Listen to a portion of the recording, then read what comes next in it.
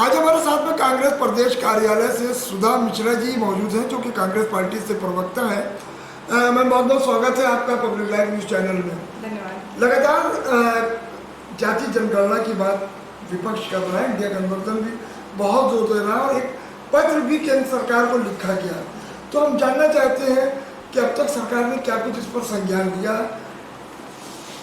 सरकार ने क्या संज्ञान लिया है तो सरकार के लोग बताएंगे, लेकिन जातीय जनगणना के ऊपर अपने पांव को खींचने वाली और कुछ न बोलने वाली सरकार से मेरा भी प्रश्न है कि आखिर सामाजिक समरसता लाने की आप बातें तो खूब करते हैं, आपको एक मौका मिल रहा है करने का, तो आप इसके बारे में बात करना क्यों नहीं चाहते हैं।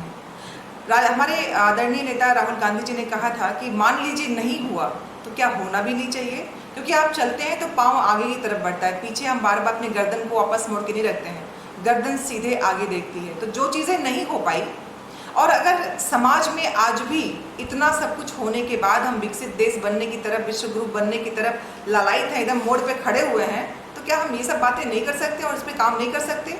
करना चाहिए। और अगर ये सरकार नहीं कर रही है, इसका मतलब उसकी नीतियाँ सबका साथ और सबका विकास की नहीं है। इसका मतलब वो अच्छे दिन सिर्फ उन लोगों की चाहती लाना जो 10% के पूरे अपने मालिकान हैं इस भारत देश के। जाहिर सी बात है उसकी मंशा ही साफ नहीं है, इसीलिए हमारे इतने प्रयास के बाद उस न पत्रों का जवाब आता है, न वो क्या करना चाहते हैं उस पर कोई बात करते हैं। लेकिन सत्ता पक्ष के लोग ये कह रहे हैं कि कांग्रेस पार्टी का मेन मकसद जाति जनगणना नहीं है बल्कि चुनावी मुद्दा बनाना है, तो इस बात पे कितनी सच्चाई है? चुनावी मुद्दा कौन बनाता है, इसके बारे में प्रश्न जब कोई करता है विपक्ष से तो हास्यास्पद स्थिति पैदा होती है। हर बात में सिर्फ और सिर्फ कांग्रेस को कोसने वाली सरकार, हर किसी बात में कांग्रेस को लाने वाली सरकार, हर बात की जिम्मेदारी कांग्रेस पे रखने वाली सरकार पिछले 9 वर्षों में क्या कर रही है इसकी बात तो बिल्कुल भी नहीं करती है। आपने सुना होगा हमारे आदरणीय प्रधानमंत्री जी, हमारे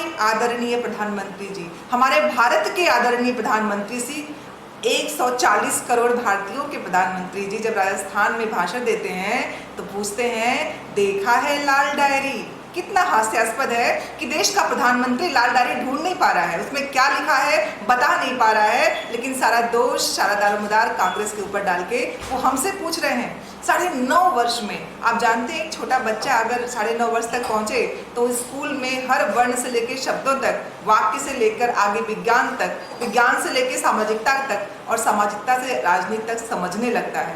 और ये लोग जब बातें करते हैं हर साल की जिम्मेदारी कांग्रेस, आप सत्ता में क्यों आए, आपने आखिर जिम्मेदारी क्यों ली जब किसी काम के आप नहीं थे, जब कर्मठता आप में थी ही नहीं। तो हर बात में कांग्रेस को कोसने से अच्छा है आपने क्या किया है उस पर बात करिए, क्योंकि आपने अभी ये दारोमदार भी दे रखा है सेना को, तो आपको अपने काम का उत्तर देना है, हमारे ऊपर प्रश्न नहीं खड़े करने हैं, हम प्रश्नों का उत्तर तो दे ही रहे हैं।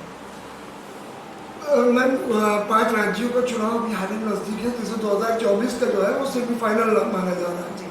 क्या लगता है इन 5 राज्यों में कांग्रेस पार्टी कितनी निकल के आ रही है, कितना मजबूती से लड़ रही है?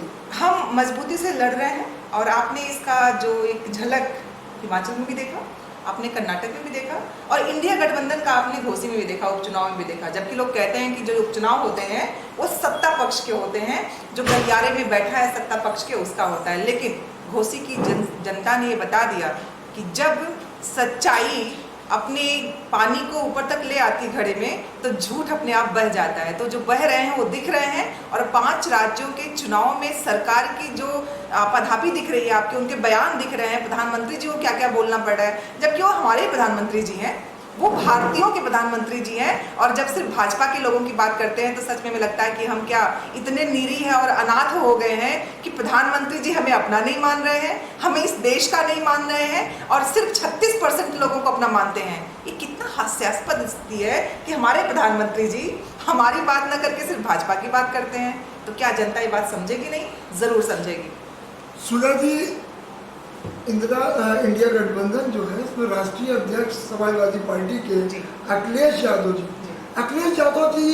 की कहीं ना कहीं कुछ बातें ऐसी सामने आती हैं जो ऐसा लगता है कि अभी जो गठबंधन हुआ वो पूरी तरह से गठबंधन मजबूत नहीं हुआ।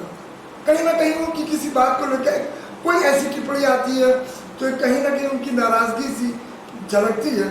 तो क्या कुछ, क्योंकि समय से पहले ये चीजें निकल के आ रही है, अभी 2024 का चुनाव बाकी है, तो लंबी लड़ाई आप लोग को लड़ना है, सभी लोग एक गठबंधन की तरह लड़ रहे हैं, तो कैसे चीज़ों को मैनेज किया जाएगा? क्योंकि अभी तो शुरुआत भी नहीं। चलिए, बहुत अच्छा प्रश्न है आपने। प्रश्न के उसमें कहीं ना कहीं कुछ न कुछ, लेकिन क्या आपके पास भी वो शब्द नहीं है। इसका मतलब ये अंदेशा है, ये शक और शुबहा है, और शक और शुबहे ना हो तो राजनीति में लोगों को अच्छा भी नहीं लगेगा। लेकिन दिक्कत देखिए कि जिस इंडिया नाम से ही दिक्कत होने लगी हमारे प्रधानमंत्री जी को, उन्होंने आतंकवादियों से जोड़ दिया, और कुछ नहीं मिला तो इंडिया को घमंडिया भी कह दिया। तो ये जो बेचैनी है, जो बेकरारी है, इतनी ज़्यादा बेकरारी काश हमारे कुछ ऐसे कार्यक्रमों को लेके होता, जनता के भले के लिए होता, तो ये बेकरारी बहुत अच्छी लगती। लेकिन ये जो बेकरारी लोगों के मन में है कि बता दें कि हम में दरार है कि नहीं, हम में रार है कि नहीं। अरे भाई, हमने ऐसा कोई मसौदा तो तैयार किया नहीं था। हम एक साथ तैयार हुए थे, एक मंच पे आए थे इस देश के उस देश विरोधी ताकतों के खिलाफ लड़ने के लिए, जो इस देश में कहते तो है सबका साथ सबका विकास, लेकिन करते हैं कुछ अपनों का विकास। उनके खिलाफ में एक साथ हुए थे और हम एक साथ खड़े हैं। राज्यों के चुनाव में आप जानते हैं, राज्य का चुनाव हो, लोकसभा का चुनाव हो, और हर राज्य में सबकी स्थिति अलग अलग है। हमने ऐसा कोई मसला तैयार नहीं किया था, और इसके बारे में अनर्गल प्रलाप करने से अच्छा है कि अपने गठबंधन को कैसे हम और मजबूती दे सकते हैं। वैसे मैं आपसे कह दूं, फेविकोल का आपने ऐड खूब देखा होगा, तो हमारा भी ऐड वही है। बाकी कितने भी हाथी लगा दीजिए, कुछ भी लगा दीजिए खींचने के लिए, लेकिन वो गठबंधन है। वो गठबंधन इसलिए है क्योंकि ताकतों से आपको ऐसे लड़ना है जो सारे संस्थाओं का दुरुपयोग करके आपको चुप कराना चाहती हैं। आप जानते हैं कि आप जैसे कुछ पत्रकार हैं जो हमसे पूछते भी हैं, कुछ लोग तो पूछना भी नहीं चाहते हो, प्रश्न पूछ के उत्तर भी देने नहीं देते हैं। तो कम से कम इन ताकतों के खिलाफ लड़ने के लिए आपके अंदर हिम्मत होनी चाहिए और जज्बा होना चाहिए। और मैं मानती हूँ कि लोकसभा चुनाव और राज्यसभा चुनाव, जो हमारे विधानसभा के चुनाव होते हैं, वो बिल्कुल अलग होते हैं। और यहाँ पे जो आपको दिख रहा है दरार जैसा कुछ नहीं है। क्योंकि उत्तर प्रदेश की हम बात करेंगे तो जाहिर सी बात है, जब यहाँ पे कांग्रेस और सपा की बात आएगी तो सपा अपने हिसाब से देखेगी, क्योंकि सपा वहाँ मजबूत है। हम मध्य प्रदेश की बात करेंगे तो वहाँ उसका कुछ और अवलोकन होगा, कुछ अंश उसके अलग होंगे, राजस्थान में कुछ और होगा। तो इस पे इस तरह की कहीं कहीं कुछ क्या कुछ, इन शकोह शुबहा को एक तरफ करके हमें मान के चल रहे हैं। और हम जानते हैं कि हम मजबूत हैं, और इसका लोकसभा चुनाव पे इस गठबंधन में कोई असर नहीं पड़ेगा। हाँ, चुनाव हम लड़ेंगे, जिस तरह से अपने राज्य को हम जीत सकते हैं उसके लिए पुरजोर कोशिश करते रहेंगे। सुधा जी, एक शको शुबा और कर दिया तो 140 करोड़ जनता के मन में है। अगर 2024 में इंडिया गठबंधन सरकार बनाता है, प्रधानमंत्री का चेहरा कौन होगा? क्योंकि ये चीज़ वो छुपाए रहते। देखिए, आप पत्रकार हैं और मुझे पता है कि हम इस देश के चौथे स्तंभ के रूप में आप लोग काम करते हैं। और आप जानते होंगे कि संसदीय प्रणाली क्या है। जब लोग जीतते हैं, सांसद बन जाते हैं, तो उस संसदीय समिति के द्वारा एक नहीं, मैं आ रही हूँ, मैं बता रही हूँ, मैं कह तो रही हूँ, हम इस लोकतंत्र संविधान की पूर्णतः, आप जानते हैं इस बात को कि अगर इस देश में एक चेहरा बना दिया जाए कि इस चेहरे पे चुनाव हो, इसका मतलब लोकतंत्र का मजाक बना रहे हैं, आप जनता का मजाक बना रहे हैं। क्योंकि आपको प्रधानमंत्री का चेहरा कौन होगा? क्योंकि ये चीज़ वो छुपाए रहते। देखिए, आप पत्रकार हैं और मुझे पता है कि हम इस देश के चौथे स्तंभ के रूप में आप लोग काम करते हैं। और आप जानते होंगे कि संसदीय प्रणाली क्या है। जब लोग जीतते हैं, सांसद बन जाते हैं, तो उस संसदीय समिति के द्वारा एक नहीं, मैं आ रही हूँ, मैं बता रही हूँ, मैं कह तो रही हूँ, हम इस लोकतंत्र संविधान की पूर्णतः, आप जानते हैं इस बात को कि अगर इस देश में एक चेहरा बना दिया जाए कि इस चेहरे पे चुनाव हो, इसका मतलब लोकतंत्र का मजाक बना रहे हैं, आप जनता का मजाक बना रहे हैं। क्योंकि आपको जनता पे कोई भरोसा नहीं है। आप कैसे कह सकते हैं कि ये व्यक्ति प्रधानमंत्री बनेगा? क्यों? क्योंकि जनता चुन के भेजने वाली है, सांसद वो बनाने वाली है। क्या पता जिसको कह रहे हो जीते ही ना, ये भी हो सकता है। तो मैं जो मानती हूँ, मैं संविधान और लोकतंत्र में विश्वास करती हूँ। मैं इस विश्व के सबसे बड़े लोकतंत्र में निवास करती हूँ, और उसी लोकतंत्र के उस नियम के आधार पे हम सब साथ मिलकर लड़ेंगे।